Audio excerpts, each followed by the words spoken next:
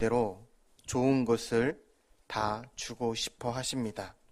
특히 예수 믿고 자녀된 우리 크리스천 모든 사람들에게는 가장 좋은 것을 넘치도록 부어주시기를 원하십니다. 성경의 많은 구절들이 이런 사실을 증거하고 있습니다.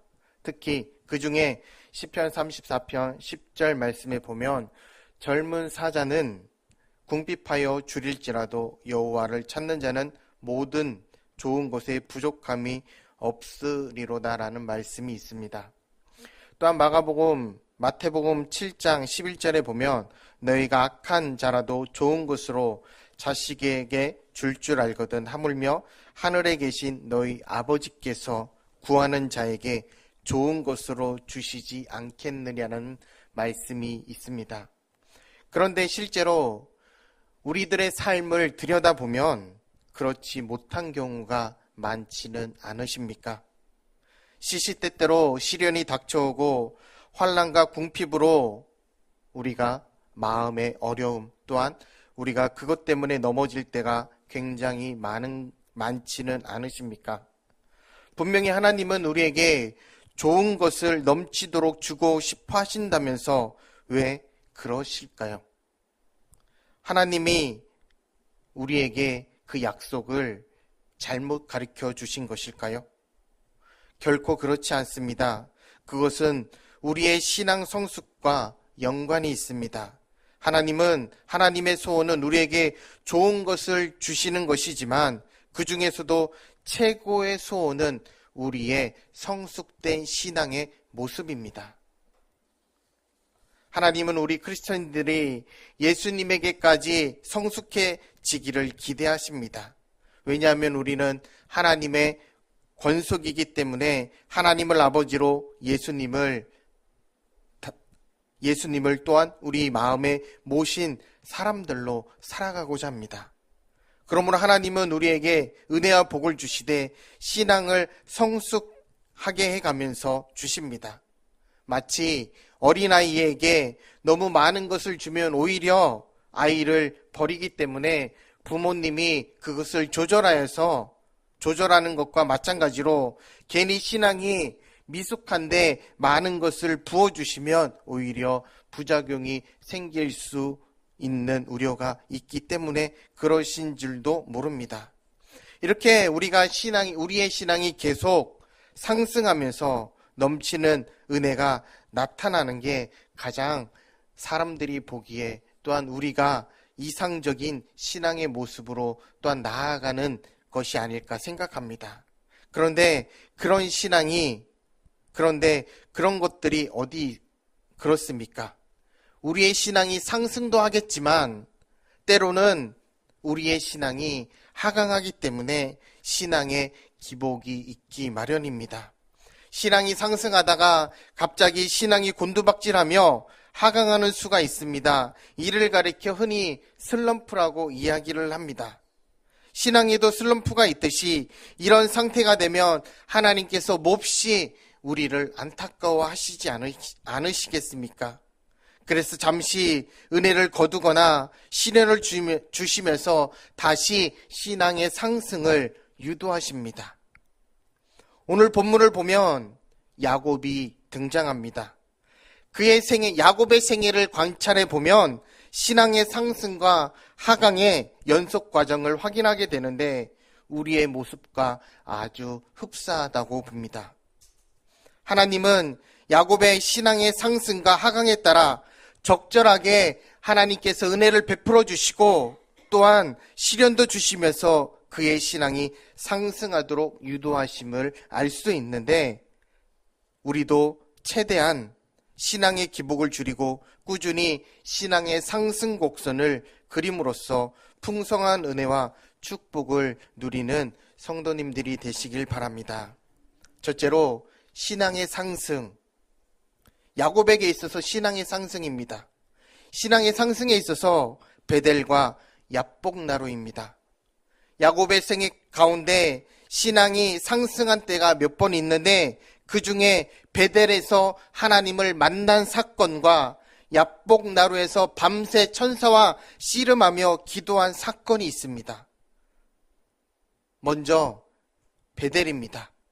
야곱은 출생 당시부터 욕심이 강교한 사람으로서 쌍둥이 형제로 출생하는데 형 에서가 먼저 나오니까 뒤에서 발 뒤꿈치를 잡고 추월하려고 길을 쓴 사람입니다.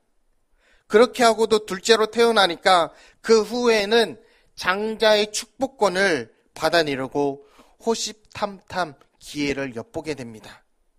한 번은 밖에 나갔다가 돌아와서 시장에서 못 견뎌 하는 형 에서를 속여서 팥죽 한 그릇에 장자의 명분을 팔았습니다. 장자의 명분을 사게 됩니다. 또 한 번은 에서가 사냥하러 나간 사이에 어머니 리브가 짜고 눈이 어두워진 아버지 이삭을 속여서 장자의 축복권을 가로챕니다. 하지만 그로 인해 에서에게 죽임을 당할지 모르는 위협을 느끼기도 됩니다. 결국 야곱은 보찜 하나 짊어매고 정든 그 고향 땅을 떠나 외갓댁에 있는 밧담 아람을 향해 떠나게 되고, 한참 야곱이 도망가다가 지친 야곱은 빈 들판에서 돌베개를 베고 잠이 드는데, 그러다가 꿈에 하나님을 만나게 됩니다. 사닥다리가 땅에서부터 하늘을 향해 서 있는데 그 위에 천사들이 오르락내리락 하고, 하나님의 음성이 그때 야곱에게 들립니다. 내가 너와 함께 해 주겠다. 어디로 가든지 보호하겠다고, 다시 가나안 땅으로 돌아가게 할 것이다. 야곱이 너무 놀라서 잠에서 깨어납니다. 이 말씀이 창세기 28장 16절 말씀에 나옵니다. 야곱이 잠에 깨어 이르되 여호와께서 과연 여기 계시거늘 내가 알지 못하였도다. 그는 야곱은 살아계신 하나님을 생생하게 만나는 계기가 되었으며, 그 전에도 신앙이 있었지만 그저 형식적이고 관념적인 신앙이었던 것 같습니다. 그리고 당시 고대인들이 대개 그랬듯이 지방신 사상을 갖고 있었던 것 같은데, 지방신 사상은 한 지방에서 다른 지방으로 가면 지배하는 신이 다르다고 생각하는 것입니다. 자기 동네에서 내가 벗어났으니까 이제 하나님이 자기와 함께 하시지 않는 줄 알았던 것입니다. 그런데 하나님이 나타나셨으니까 얼마나 놀랍고 감격스러웠습니까? 그래서 그곳의 이름을 베델이라고 명명합니다. 베델은 하나님의 집이란 뜻이고, 말하자면 하나님의 임재를 체험했다는 신앙 고백입니다. 야곱은 베델에서 하나님을 만나면서부터 신앙이 급상승하고 담대한 마음으로 밧단 아람으로 갑니다. 그곳에서 외삼촌 라반의 집에서 살게 되었는데, 라반이 얼마나 강교한지 야곱 못지 않았습니다. 품삯도 야곱에게 제대로 주지 않았고, 얼마나 알뜰하게 부려먹었는지 정말 고생스러웠지만, 베델에서 만난 하나님이 자기와 함께 하심을 믿고 인내하며 지혜롭게 처신하여 결국 20년 만에 야곱은 대가족을 이루고 거부가 됩니다. 밧단 아람의 축복은 베델에서 그의 신앙이 상승한 결과였음을 알 수 있고, 하나님은 신앙의 상승과 더불어 은혜와 복을 주신다는 것입니다. 두 번째, 야복나루입니다. 20년이 지나자 하나님은 야곱에게 가나안 땅에 돌아가라고 명령하고, 지시를 받은 야곱은 결단했고 마침내 가나안 땅을 향해 출발합니다. 그런데 막상 가나안 땅으로 가기 위해 요단강을 건너려고 하는데 걱정스러운 소식이 야곱에게 들려오기 시작합니다. 20년 전에 원한을 풀지 못한 에서가 사병 400명을 데리고 만나러 온다는 겁니다. 옛날에 도망칠 때는 단신이었으며 죽어도 혼자였습니다. 그런데 이제는 대가족의 재산도 많으니까 야곱은 더욱더 불안했습니다. 그는 요단강의 지류인 야복나루에서 불안한 밤을 보내고 있는데, 그때 야곱의 심정이 떴는지 짐작하게 해주는 구절이 32장 7절 말씀에 나와 있습니다. 야곱이 심히 두렵고 답답하여, 한마디로 야곱은 굉장히 힘들었습니다. 그리고 그것이 에서가 나를 어떻게 할 것인지 불안한 마음이 있었습니다. 그렇지만 인간적으로 아무 방법도 없는 막다른 골목에서 야곱은 하나님 앞에 기도합니다. 어떤 사람이 그에게 나타났는데 처음에는 야곱이 혹시 자기를 죽이러 온 자객인가 생각했는지 모르지만 그 사람은 사실은 천사였습니다. 그는 천사와 씨름하다가 허벅지, 관절, 환도뼈가 어긋나고 말았는데 이제는 정말 오고 가도 못하는 신세가 되고 말았습니다. 그러자 사력을 다해서 야곱은 하나님 앞에 기도했고 결국 하나님의 큰 은혜를 받고 천사가 그의 이름을 야곱에서 이스라엘로 바꿔주는 계기가 됩니다. 야곱은 무슨 뜻입니까? 발 뒤꿈치를 잡은 자 혹은 속이는 자라는 뜻입니다. 반면 이스라엘은 무슨 뜻입니까? 하나님과 겨루어 이겼다는 뜻입니다. 다시 말해 하나님이 큰 은혜를 베풀어 주셨다는 겁니다. 하나님은 인간의 눈물에 약하며 우리의 탄식 소리는 하나님의 마음을 움직여서 야곱은 큰 은혜를 받고 새 힘을 얻었고 그는 감격 가운데 그곳 이름을 브니엘로 명령합니다. 브니엘은 무슨 뜻이냐면 하나님의 얼굴이라는 뜻입니다. 여기서 야곱은 신앙의 상승을 경험하게 됩니다. 그러므로 우리는 이렇게 정리할 수 있습니다. 위기의 때 하나님 앞에 우리가 나아간다면 오히려 신앙이 상승하는 기회가 된다는 사실, 그리고 신앙이 상승하면 아무리 어려운 상황에서도 하나님의 도우심으로 승리할 수 있다는 말씀입니다. 야곱을 보십시오.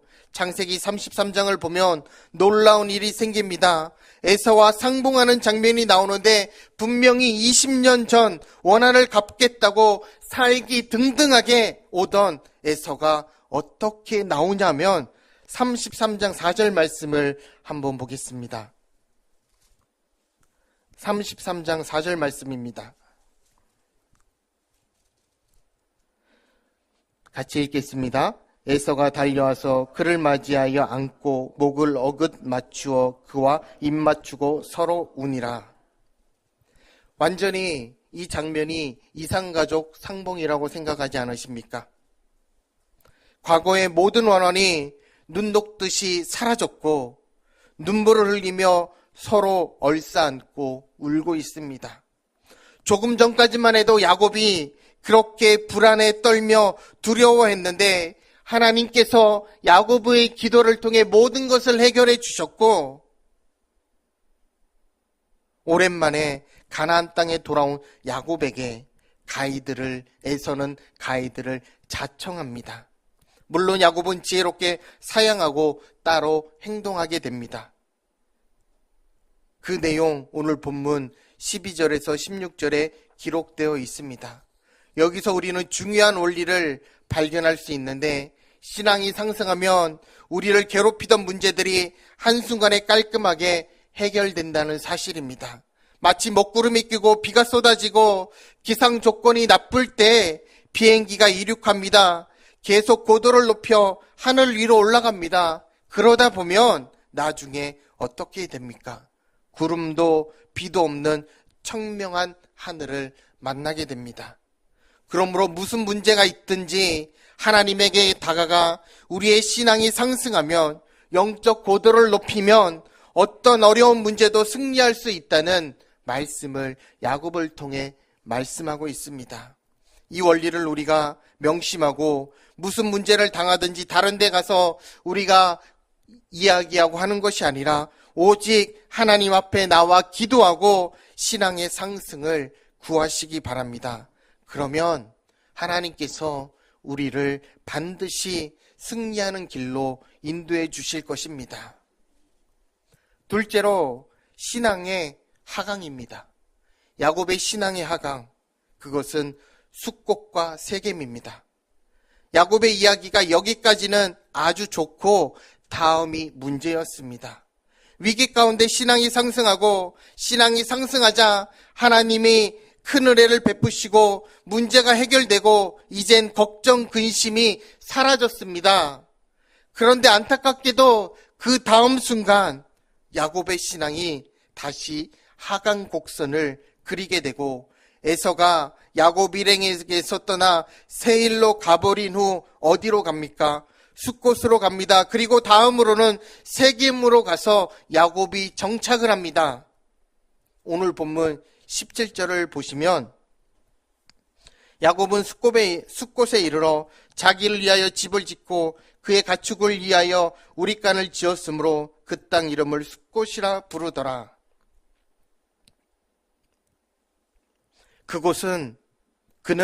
야곱은 숫곳으로 가서 집을 짓고 우리간도 짓고 재미있게 삽니다.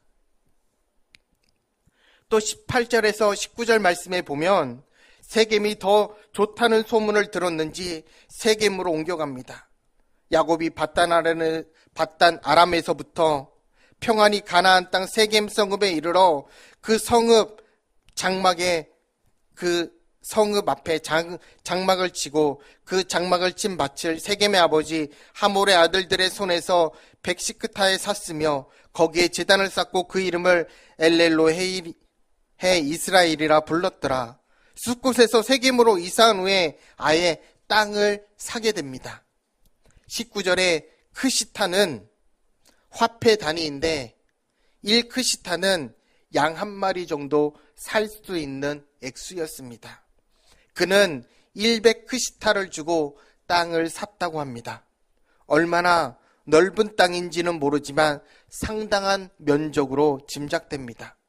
이렇게 야곱이 세겜에 정착한 야곱은 거기에 제단을 쌓고 예배를 드렸고 제단의 이름이 엘렐로헤이 이스라엘, 하나님, 이스라엘의 하나님이라는 뜻입니다.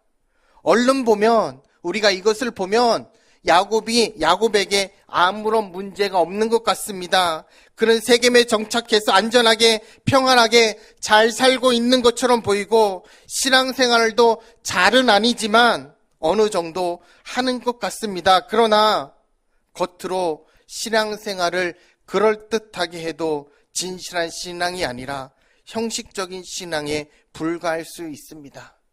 야곱이 그랬습니다. 바로 이게 문제였습니다. 흔히 우리는 외적으로 이런저런 어려움이 있어야 문제로 인식하지만 그보다 더 크고 위험한 문제는 영적인 것입니다. 내면적인 것이고 야곱이 바담 아람에서 20년 지낸 후 가나안 땅을 향해 떠나올 때 하나님이 분명하게 어디로 가라고 말씀하셨습니까? 베델입니다.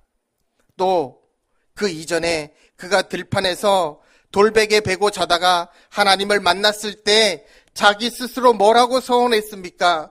가나안 땅으로 돌아오면 베델에 올라가서 하나님을 잘 섬기고 성전을 짓고 11조하고 그렇게 야곱이 서원했습니다.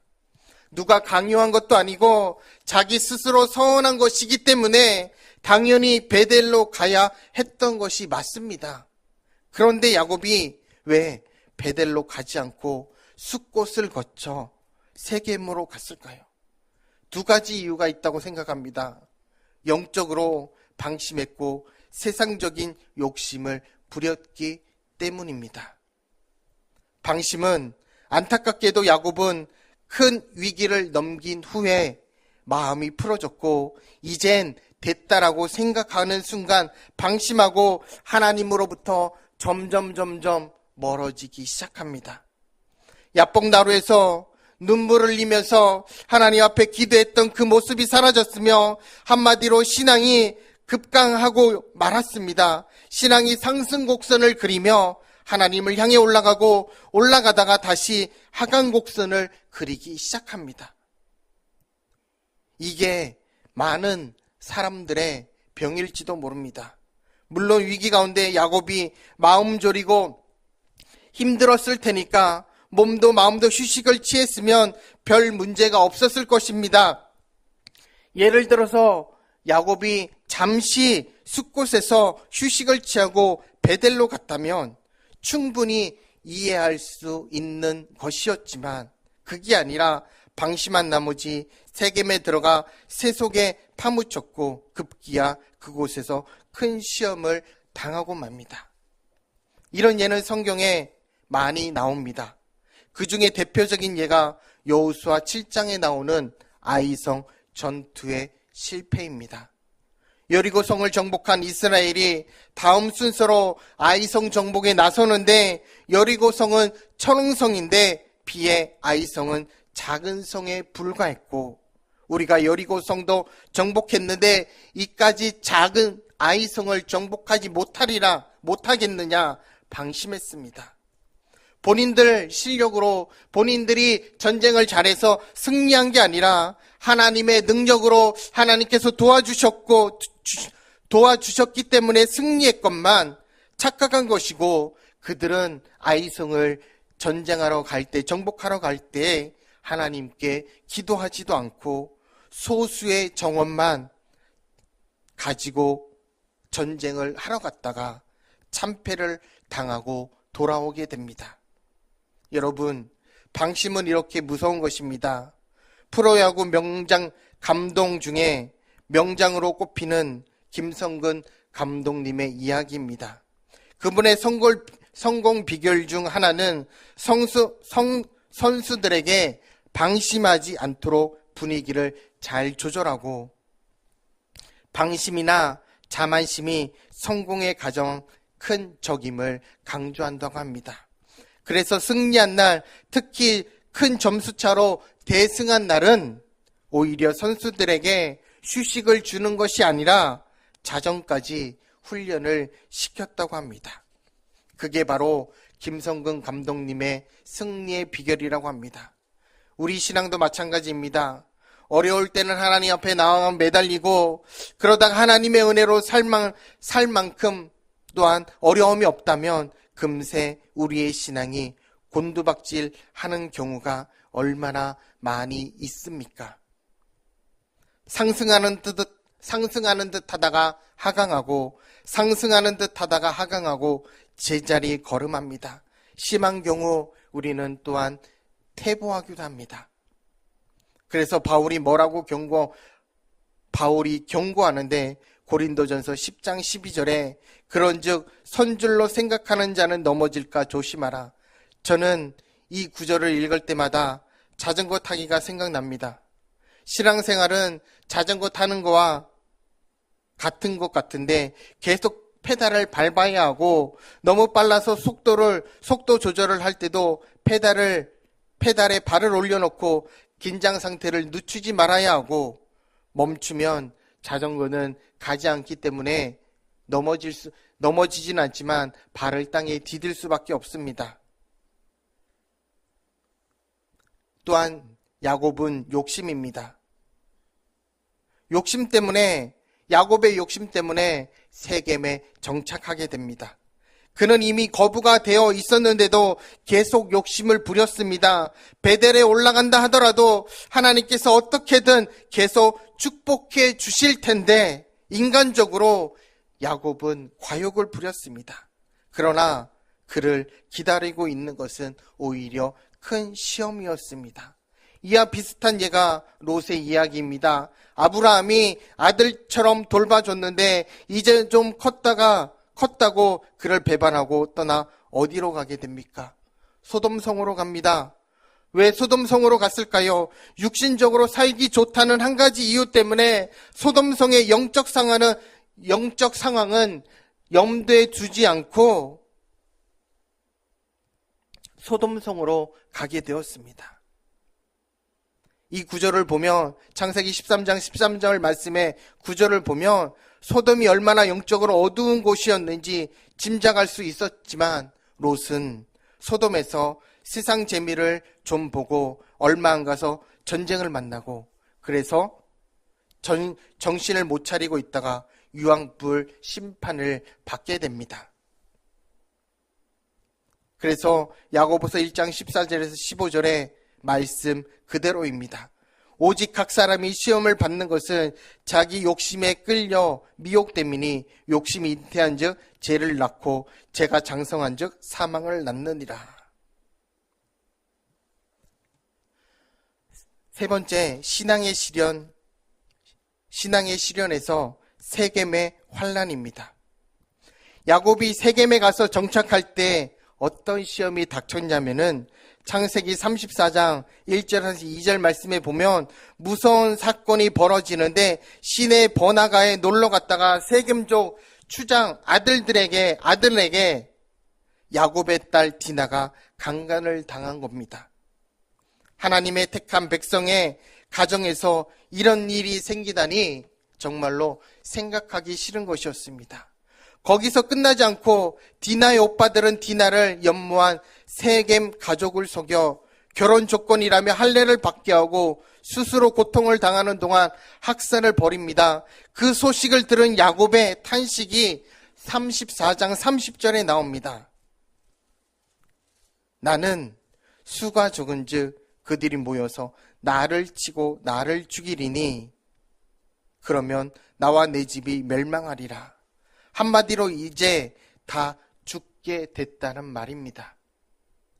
정말 무서운 외적인 환경과 조건이 아니라 우리도 모르게 신앙이 하강하는 영적인 문제가 정말 심각한 것입니다. 신앙의 상승 곡선을 그리는 동안에는 하나님이 우리와 함께 하기 때문에 형통하십니다. 혹시 우리에게 고난이 닥쳐온다 할지라도 오히려 전화위복이 될 수 있습니다. 반면 신앙이 하강 곡선을 그리면 겉보기에는 형통해 보여도 그것이 정말로 하나님께서 원하시는 그 신앙이 아닙니다. 그러므로 우리는 조심해야 합니다. 또한 신앙의 회복이 있습니다. 야곱은 이제 신앙의 회복이 있는데 그것이 바로 엘베델입니다. 다행히 하나님이 야곱을 사랑하셔서 환난 가운데서 야곱을 부르시는데 그리고 말씀하십니다. 베델로 올라가라. 신앙을 회복하고 다시 상승 곡선을 그리는 겁니다. 그래서 창세기 35장 1절 말씀을 한번 같이 보도록 하겠습니다. 35장 1절입니다. 하나님이 야곱에게 이르시되 일어나 베델로 올라가서 거기 거주하며 내가 내 형 에서의 낯을 피하여 도망하던 때 내게 나타났던 하나님께 거기서 제단을 쌓아라 하신지라.